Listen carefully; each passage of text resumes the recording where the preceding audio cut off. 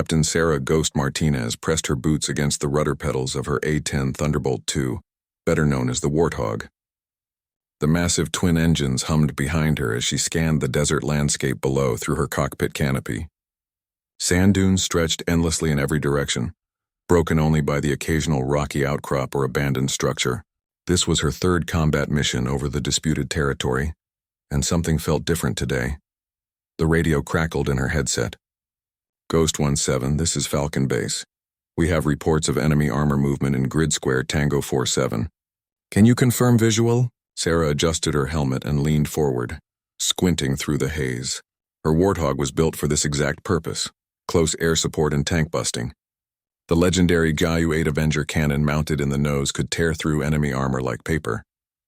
She had trained for years to pilot this flying tank, earning her wings through countless hours of simulation and live fire exercises. Falcon Base, Ghost 17. I see dust clouds approximately 15 clicks southeast of my position. Moving to investigate. She banked the aircraft to the right, feeling the familiar weight of the heavily armored cockpit around her. The A-10 wasn't fast or pretty, but it was tough as nails and could take punishment that would destroy other aircraft. As she descended to a lower altitude, Sarah spotted them. 3 enemy tanks moving in formation across the desert floor, their tracks kicking up clouds of sand. They were older Soviet-era T-55s, but still dangerous to ground forces. She reached for her targeting system, preparing to engage. Falcon Base, I have positive identification on 3 tanks. Requesting permission to engage. Ghost 17, you are cleared hot. Take them out. Sarah smiled grimly and lined up her first attack run. The Warthog responded to her touch like a faithful old friend. She had named this particular aircraft Desert Rose after the small flower that somehow managed to bloom in the harshest conditions. Like her plane, Sarah had learned to thrive where others might wilt. Growing up in a small Texas town, she had always dreamed of flying. Her father worked at the local airfield, and she spent countless afternoons watching planes take off and land. When she was 16, he finally let her take flying lessons. From that first moment at the controls, she knew this was her calling. The Air Force Academy had been challenging, but Sarah pushed through every obstacle. She graduated near the top of her class and specifically requested assignment to the A-10 program. Many pilots wanted the glamorous fighter jets, but Sarah was drawn to the Warthog's mission of supporting troops on the ground. She believed in being the guardian angel that soldiers called upon when things got desperate. Now diving toward those enemy tanks, she felt that same sense of purpose. Her finger hovered over the trigger as the crosshairs aligned with the lead tank. The Ju-8 cannon could fire 3,900 rounds per minute, each depleted uranium round capable of penetrating thick armor. But something made her hesitate. Movement caught her eye to the east. Dust clouds bigger than what the tanks were making. She pulled up from her attack run and circled around for a better view. What she saw made her blood run cold. A massive convoy of enemy vehicles was approaching. Dozens of tanks, armored personnel carriers, and support vehicles. This wasn't just a patrol. This was a full-scale invasion force. Falcon Base, Ghost 17. I have eyes on a major enemy formation. Count as approximately 50 vehicles, including main battle tanks and support elements. This is way bigger than intelligence reported. The radio was silent for several long seconds. Then came the response that changed everything. Ghost 17, maintain observation and report positions. Do not engage. Repeat, do not engage until further notice. Sarah felt her jaw clench. Down there, enemy forces were positioning themselves to overrun the nearby coalition base, where over 200 soldiers were stationed. Every minute she waited gave them more time to get into position. But orders were orders. She maintained her orbit, watching helplessly as the convoy spread out into attack formation. The sun was beginning to set, casting long shadows across the desert. Soon it would be dark, giving the enemy the advantage of night operations. Her fuel gauge showed she had maybe 30 more minutes of flight time before she would need to return to base. Falcon Base, Ghost 17. Enemy forces are now in position to assault Grid Square Tango 45. That puts them within striking distance of forward operating base Sandstorm. Recommend immediate action. Ghost 17, stand by. Higher command is assessing the situation. Sarah banked her Warthog in a tight circle, never taking her eyes off the enemy formation below. She could see soldiers moving around the vehicles, setting up what looked like artillery positions. Her radio was monitoring multiple frequencies, and she could hear increased chatter from the base they were about to attack. The men and women at FOB Sandstorm were counting on air support if things went bad. That's what the A-10 was for, to be there when ground forces needed help the most. Sarah had trained alongside some of those soldiers during joint exercises. They were good people doing a tough job in a difficult place. As darkness began to fall across the desert, Sarah made a decision that would haunt her for years to come. She couldn't wait any longer for permission that might never come. Those soldiers needed her now. She keyed her radio one last time. Falcon Base, Ghost 17 beginning attack run. Ghost going silent. Then she switched off her radio, armed her weapon systems, and dove toward the enemy formation below. The Warthog's engines roared as she picked up speed, diving like a hawk toward its prey. Whatever happened next, she would face it as she had been trained, head on and without fear. Sarah's first strafing run was textbook perfect. The Gao 8 cannon erupted with its distinctive brrr-t sound as depleted uranium rounds tore into the lead tank. Sparks flew as the massive shells punched through armor plating like it was cardboard. The tank erupted in flames, its ammunition cooking off in secondary explosions that lit up the darkening desert. She pulled hard on the stick, banking left to avoid the inevitable return fire. Tracer rounds streaked past her canopy as enemy soldiers scrambled to bring their anti-aircraft weapons to bear. The Warthog shuddered as a few rounds found their mark, but the titanium armor around the cockpit held firm. This was what the plane was designed for. "Come on, Rose," she whispered to her aircraft. "Let's show them what we're made of." Her second pass targeted a cluster of armored personnel carriers. The cannon sang its deadly song again, and two more vehicles exploded in balls of orange flame. Enemy soldiers were running in all directions now, their carefully planned formation dissolving into chaos. But Sarah knew this was just the beginning. As she climbed for altitude to assess the damage, her radio crackled back to life. She had forgotten she'd switched it off during her attack runs. Ghost 17, respond immediately. You are ordered to break off attack and return to base. Sarah ignored the increasingly frantic calls from Falcon Base. She could see that her attacks had disrupted the enemy formation, but there were still dozens of vehicles down there. More importantly, they were already starting to reorganize. These weren't inexperienced militia fighters. These were professional soldiers who knew how to adapt under fire. She lined up for another attack run when her threat warning system began screaming. Multiple missile locks from different directions. The enemy had brought more surface-to-air missiles than intelligence had reported. Red warning lights flashed across her instrument panel as guided. Missiles streaked toward her position. Sarah threw the Warthog into a violent series of evasive maneuvers that would have torn apart a less robust aircraft. She popped flares and chaff, filling the sky with decoys designed to confuse incoming missiles. The first two missiles flew wide, exploding harmlessly in the desert air, but the third one was tracking true.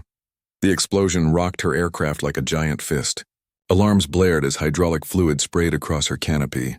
The stick felt heavy in her hands as multiple systems failed simultaneously. Her left engine was losing power and she could smell smoke beginning to fill the cockpit. Mayday, Mayday, Ghost 17 taking heavy damage. Engine fire, multiple system failures. She finally decided to call for help, her pride giving way to survival instinct. Ghost 17, what is your status? Can you make it back to base? Sarah checked her instruments with growing alarm. Oil pressure dropping on both engines. Hydraulic pressure at critical levels. The Warthog was tough, but even it had limits. She was still over enemy territory with dozens of soldiers below who would love nothing more than to capture or kill an American pilot. Negative, Falcon Base. I'm going down. Attempting controlled landing. She scanned the desert below for anything resembling a suitable landing spot. The terrain was rough and rocky, broken by deep wadis and scattered boulders. Not exactly ideal for an emergency landing, especially in an aircraft that was never designed to land anywhere except a proper runway. Her right engine coughed and died completely. Now she was flying on one engine and whatever momentum she could maintain. The Warthog was dropping fast and she was rapidly running out of options. About 2 miles ahead, she spotted what looked like a dry lake bed. It wasn't perfect, but it was the flattest ground she could see. Sarah aimed for the center of the clearing and prepared for what pilots euphemistically called a controlled crash. The ground rushed up at her faster than she expected. She pulled back on the stick, trying to bleed off as much speed as possible. The landing gear was damaged, so this would be a belly landing. The first contact sent a tremendous jolt through the aircraft. followed by the screech of metal on rock as the Warthog skidded across the desert floor. Sarah was thrown forward against her restraints as the aircraft finally ground to a halt in a cloud of dust and debris. For a moment, everything was silent except for the ticking of cooling metal and the distant sound of fires burning among the enemy vehicles she had attacked. She quickly ran through her post-crash checklist. No broken bones, though her back ached from the impact. The cockpit was intact and her survival gear was secure. Most importantly, she was still alive and in one piece, but her situation was far from good. She was at least 20 miles behind enemy lines with a radio that was working only sporadically. Worse, she could see dust clouds in the distance indicating that enemy search parties were already heading in her direction. They would have seen her aircraft go down, and they would be eager to find her. Sarah grabbed her survival pack and her sidearm, a 9mm pistol with 3 magazines. Not much firepower against an entire enemy force, but better than nothing. She also took her emergency radio beacon, though using it would reveal her position to everyone in the area, friend and foe alike. Before leaving the aircraft, she took one last look around the cockpit that had been her home for so many missions.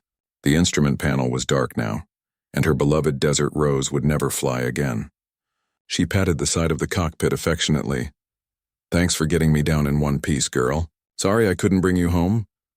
Then she climbed out of the wreckage and began jogging toward a rocky outcrop about half a mile away. The sun had completely set now and the desert was cooling rapidly.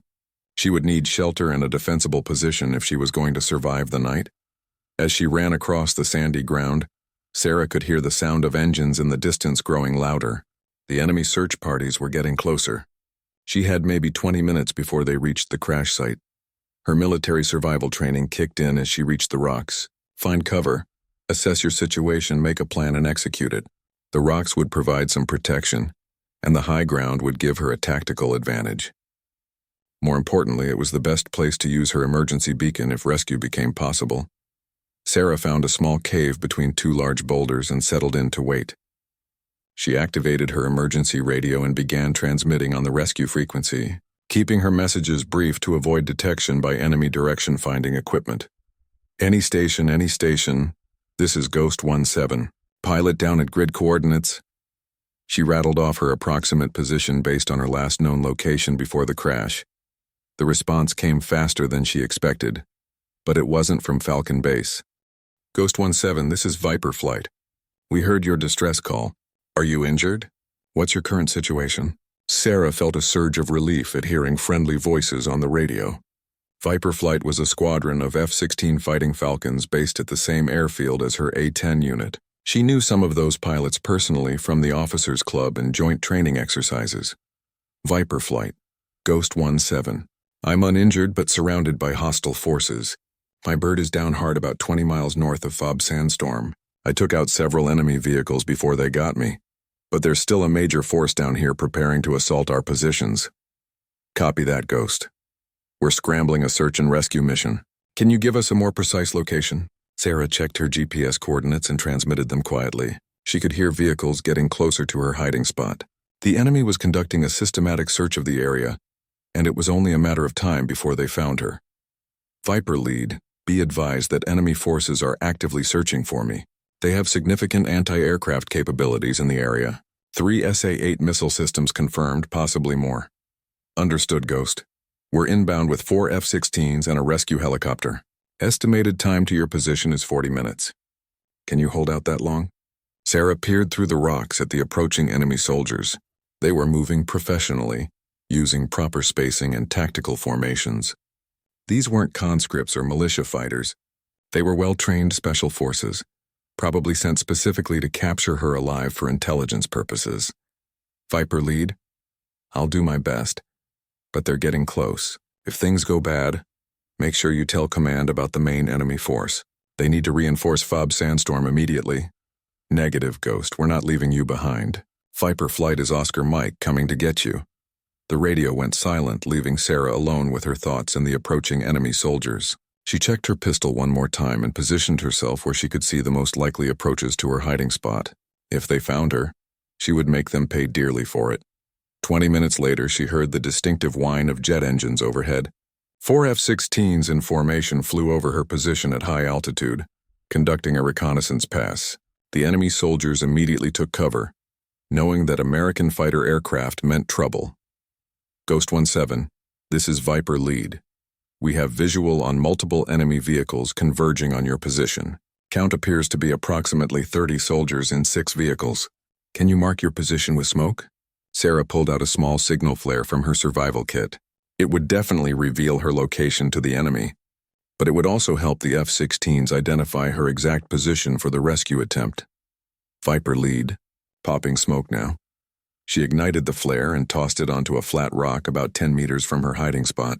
Orange smoke billowed up into the clear desert air, visible for miles in all directions. The enemy soldiers immediately began moving toward the smoke. Sarah could hear them shouting commands in a language she didn't recognize. They were maybe 200 meters away and closing fast. Viper lead, I have enemy forces approaching my position from multiple directions. They'll be on top of me in less than 5 minutes. Copy, Ghost. Viper 2 and 3 are beginning attack runs on the enemy vehicles. Stay down and keep your head covered. The F-16s dove from altitude like screaming eagles. Their 20mm cannons opened fire with devastating effect, turning enemy vehicles into twisted burning metal. The precision of their attack was impressive. They managed to destroy the vehicles while avoiding Sarah's, positioned by mere hundreds of meters. But the enemy soldiers who had already dismounted continued their advance on foot. The F-16s couldn't engage them without risking Sarah's safety due to their close proximity to her hiding spot. Ghost 17, rescue helicopter is 2 minutes out. Can you move to a better extraction point? Sarah looked around desperately. The rocky outcrop where she was hiding was the only decent cover for miles. Moving into the open would make her an easy target for the enemy soldiers who were now less than 50 meters away. Negative, Viper lead. I'm pinned down. Enemy infantry too close for air support. That's when she heard something that made her heart race, the distinctive sound of rotor blades. But it wasn't coming from the direction of the coalition base. The enemy had their own helicopter, and it was approaching fast from the east. Viper flight, be advised, enemy helicopter approaching from the east. Looks like a Hind gunship. The situation was deteriorating rapidly. Enemy soldiers were closing in on foot. An enemy gunship was inbound and the rescue helicopter was still minutes away. Sarah was trapped between multiple threats with nowhere to run. The enemy helicopter appeared over the horizon, its stub wings loaded with rockets and missiles. The pilot immediately spotted the smoke from Sarah's signal flare and began turning in her direction. Within seconds, she would be exposed to devastating firepower from above. Viper 2, I have the Hind, going in hot. One of the F-16s broke from formation and dove toward the enemy helicopter.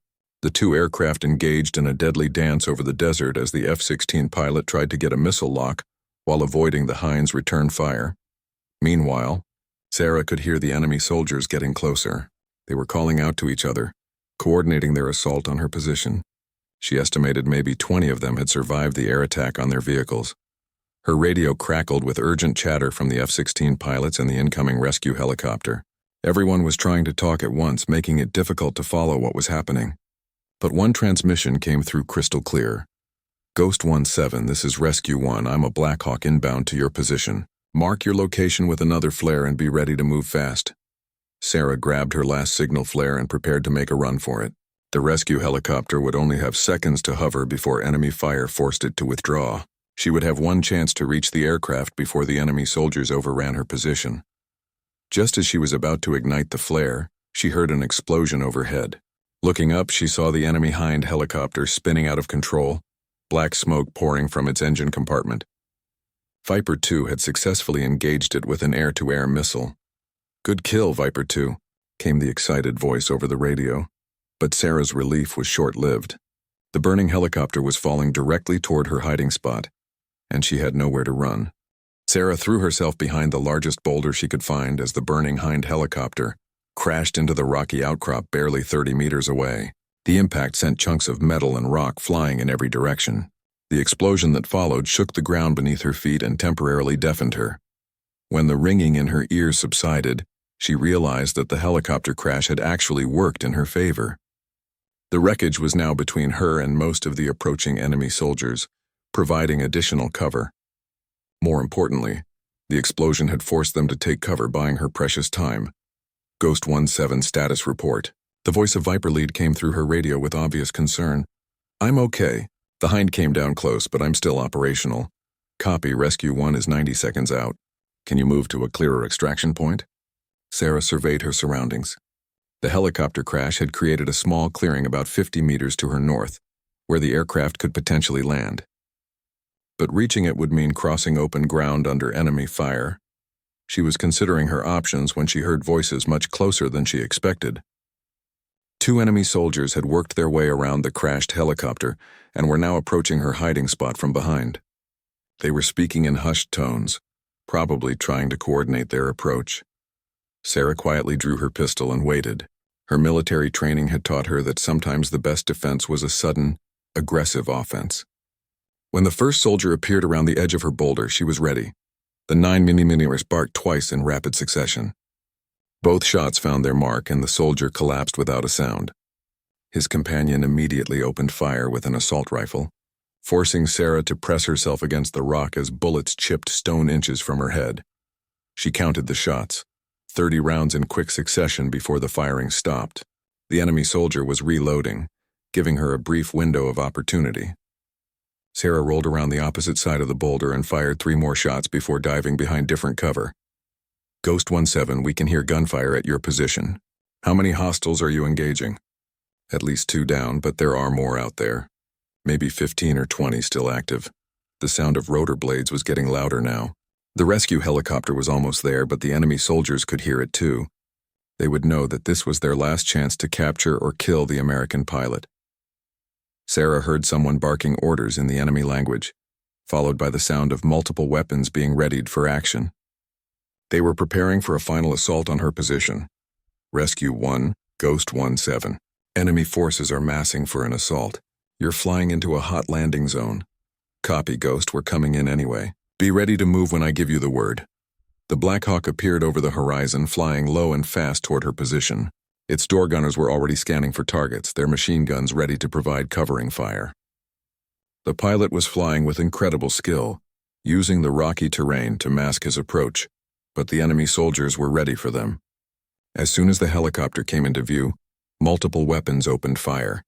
Tracer rounds streaked toward the aircraft like deadly fireworks. Sarah could see sparks flying as some bullets found their mark. Taking fire! Taking fire! The pilot's voice was calm but urgent. Ghost 17, I need you to move to the clearing north of your position. I can't land where you are. Sarah looked at the 50 meters of open ground she would have to cross. Enemy soldiers were positioned in multiple locations around the outcrop, and they would have clear shots at her the moment she left cover.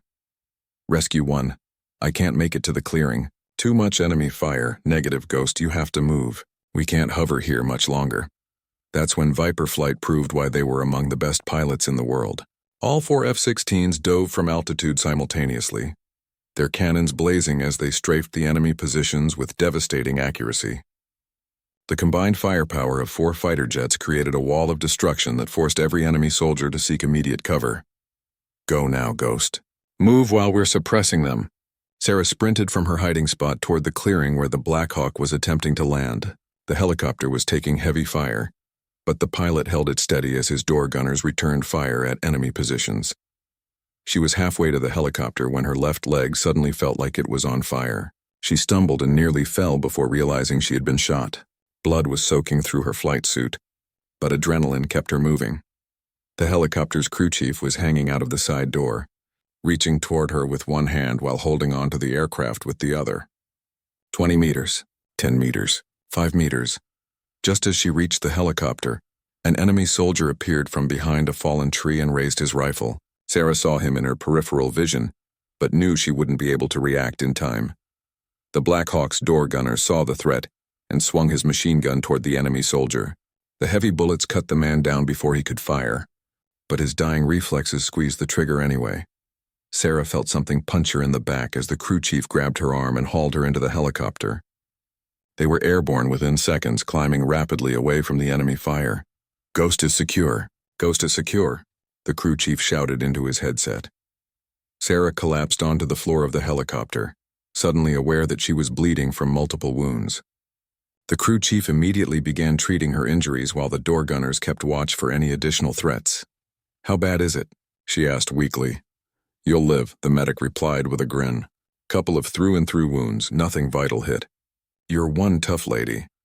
As the Black Hawk raced toward the safety of Coalition airspace, Sarah could see Viper flight forming up as an escort. The 4 F-16s positioned themselves around the helicopter, ready to engage any threat that might pursue them.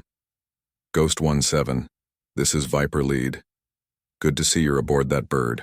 How are you feeling? Like I've been shot, Sarah replied with dark humor. But I'm alive thanks to you guys, all in a day's work. Your bird got some good hits on that enemy convoy before they took you down. Intelligence says you disrupted their entire attack plan. Sarah closed her eyes and let the medic work on her wounds. The mission was over, but she knew that her troubles were just beginning. Flying off on her own without authorization would have serious consequences. She had disobeyed direct orders and put other lives at risk. But as she thought about the soldiers at F-16 Sandstorm, who were probably still alive because she had disrupted the enemy attack, she decided she could live with whatever punishment came her way.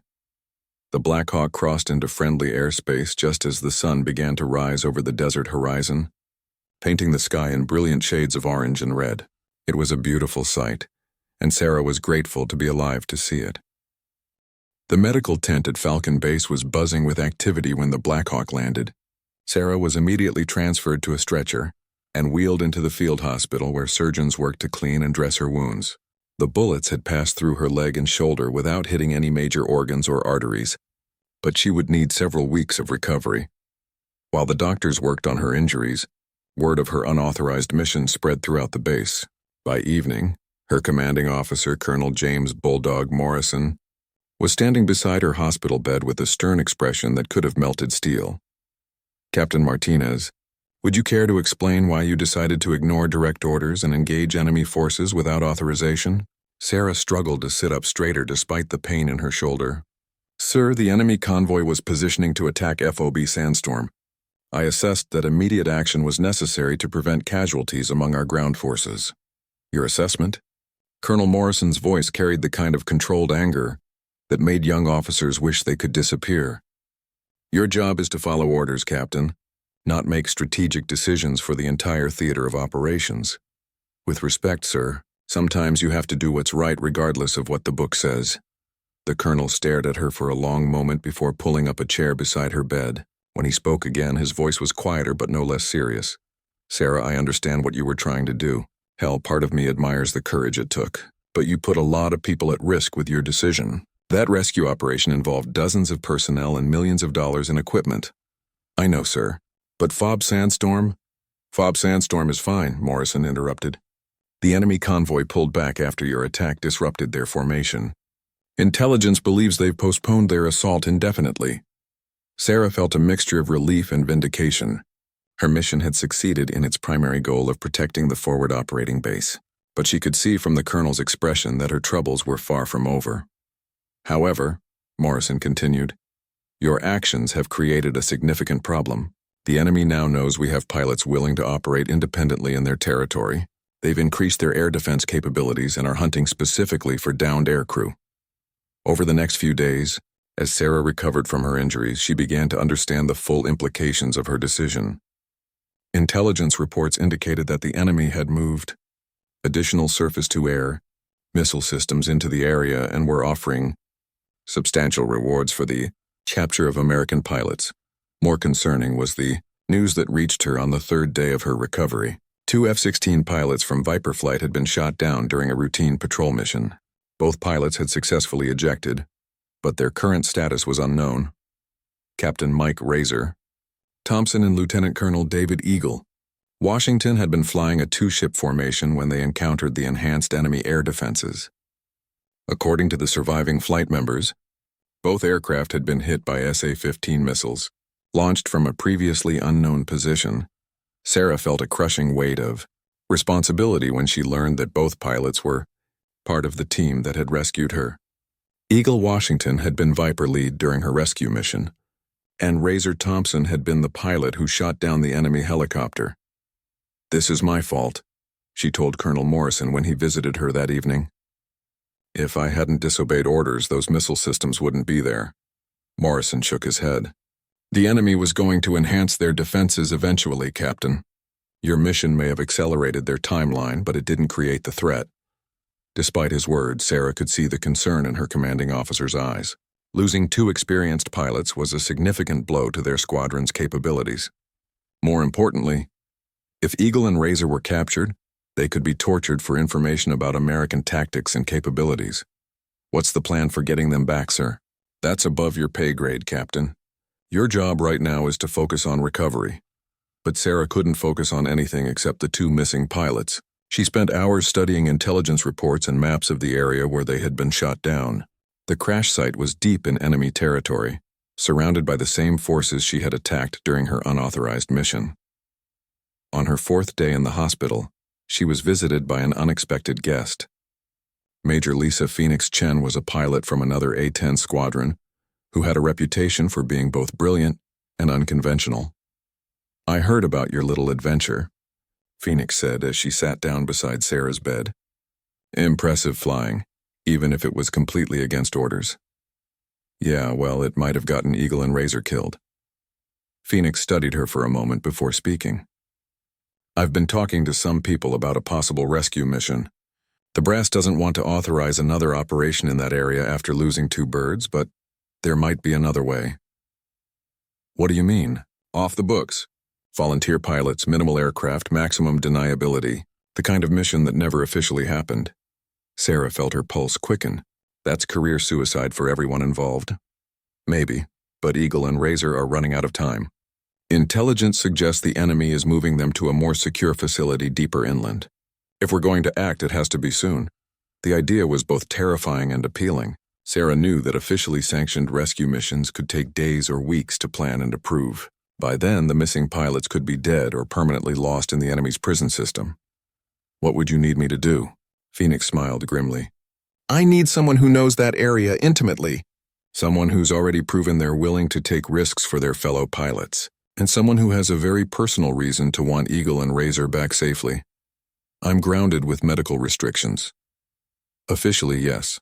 Unofficially, there's a perfectly good A-10 sitting in the maintenance hangar that could use a test flight." Sarah looked out the window at the flight line where dozens of military aircraft sat ready for action. The idea of climbing back into a Warthog's cockpit so soon after being shot down should have terrified her.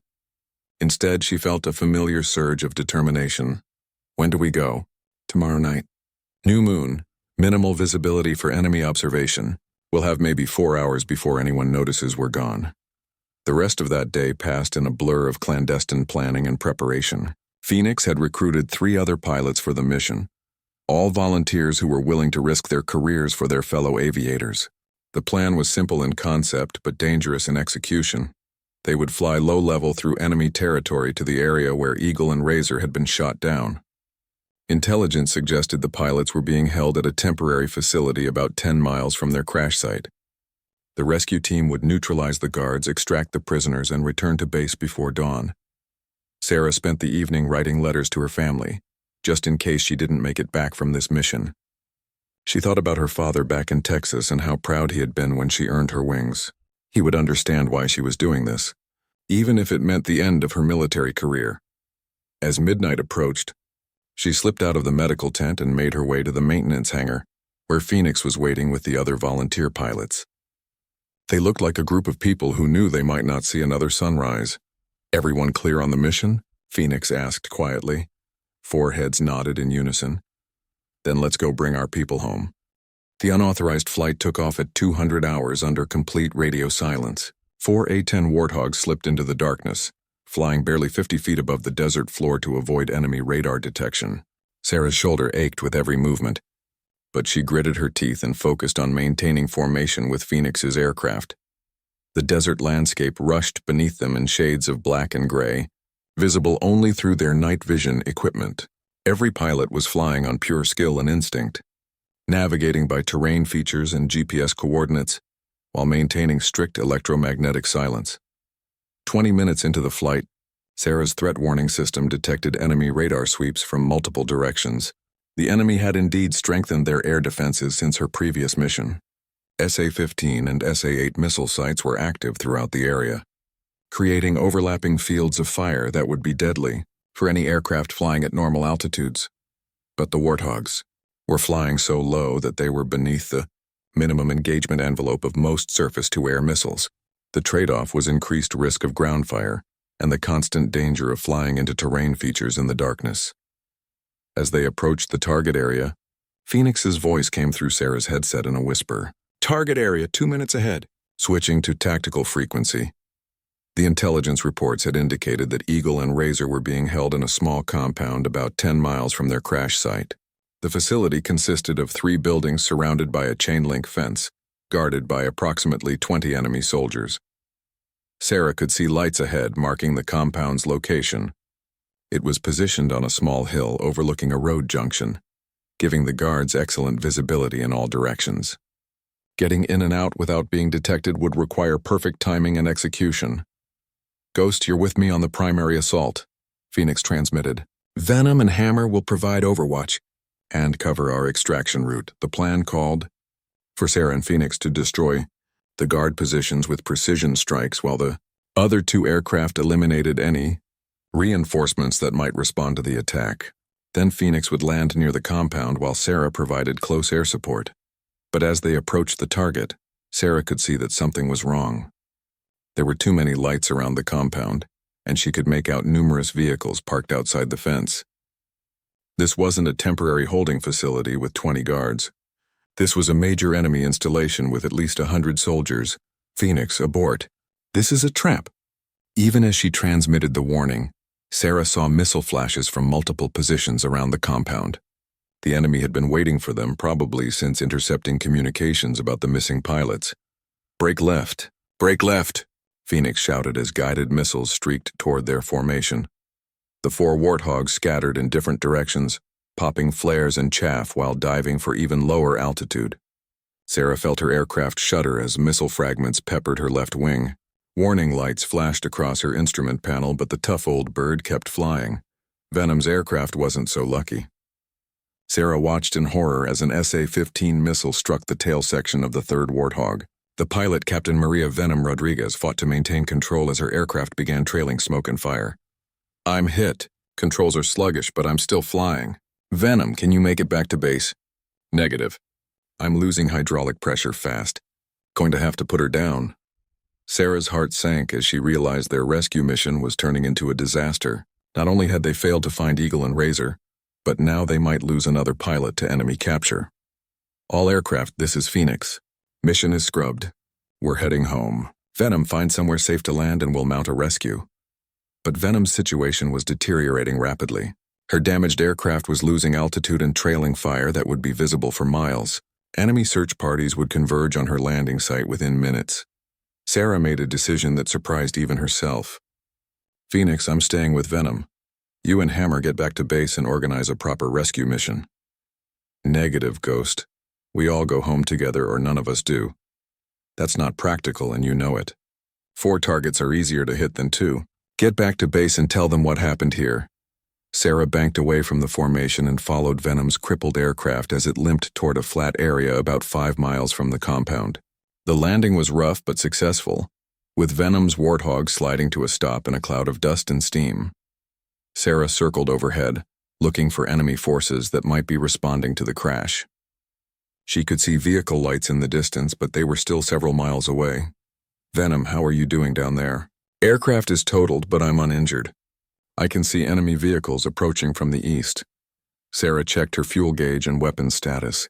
She had enough ammunition for maybe 2 strafing runs, and enough fuel for 20 more minutes of flight time. Not much to work with against an entire enemy search battalion. "Venom, start moving west on foot. There's a wadi about half a mile from your position that might provide concealment." As Venom began her escape and evasion, Sarah turned her attention to the approaching enemy vehicles. 3 trucks and what looked like an armored personnel carrier were moving across the desert toward the crash site. Her first strafing run caught them completely by surprise. The Gu-8 cannon tore through the lead truck, sending it rolling in flames across the rocky ground. The other vehicles immediately scattered and began firing anti-aircraft weapons at her position. Sarah climbed and banked for another attack, but her fuel situation was becoming critical. She could make one more pass before having to return to base herself. Her second attack destroyed the armored personnel carrier and damaged one of the remaining trucks. but now she could see additional enemy forces converging on the area from multiple directions. Venom was going to be surrounded within minutes. Venom, you've got multiple enemy columns approaching your position. I have to return to base for fuel and ammunition. Understood, Ghost. Thanks for the cover fire. I'll try to evade until help arrives. Sarah turned her battered Warthog toward home base, leaving her fellow pilot alone in enemy territory. It was one of the hardest decisions she had ever made, but staying would have only resulted in another downed aircraft without helping Venom. The flight back to base seemed to take forever. Every minute she spent in the air was another minute that Venom was running for her life across hostile territory. By the time Sarah landed, the sun was beginning to rise over the horizon. Colonel Morrison was waiting for her on the flight line with a mixture of anger and relief on his face. Captain Martinez, you have a lot of explaining to do. As she climbed down from the cockpit, Sarah could see Phoenix and Hammer's aircraft already parked nearby. Both pilots were standing with their hands behind their backs, obviously under some form of arrest. Sir, we have to mount an immediate rescue mission. Venom is down in enemy territory and Eagle and Razor are still missing. Morrison's expression softened slightly. Sarah, sit down. There's something you need to know about Eagle and Razor. The word sent a chill down Sarah's spine. What do you mean? We received a communication from enemy forces 2 hours ago. They have all 3 pilots in custody and are demanding the immediate cessation of all coalition air operations in exchange for their safe return. Sarah felt the world spinning around her as she realized the full implications of what Morrison was saying. Her unauthorized mission had not only failed to rescue the original missing pilots, but had also resulted in the capture of a 3rd aviator. 3 of the best pilots in the squadron were now prisoners because of decisions that had started with her disobedience of direct orders 4 days earlier. This is all my fault, she whispered. Morrison placed a hand on her shoulder. No, Sarah, this is what happens in war. Good people make difficult decisions, and sometimes those decisions have consequences that nobody could have foreseen. But Sarah wasn't listening anymore. She was thinking about 3 pilots who were probably being tortured for information at that very moment, and about how her desire to do the right thing had led to this catastrophic outcome. Somewhere in enemy territory, her friends were paying the price for her choices.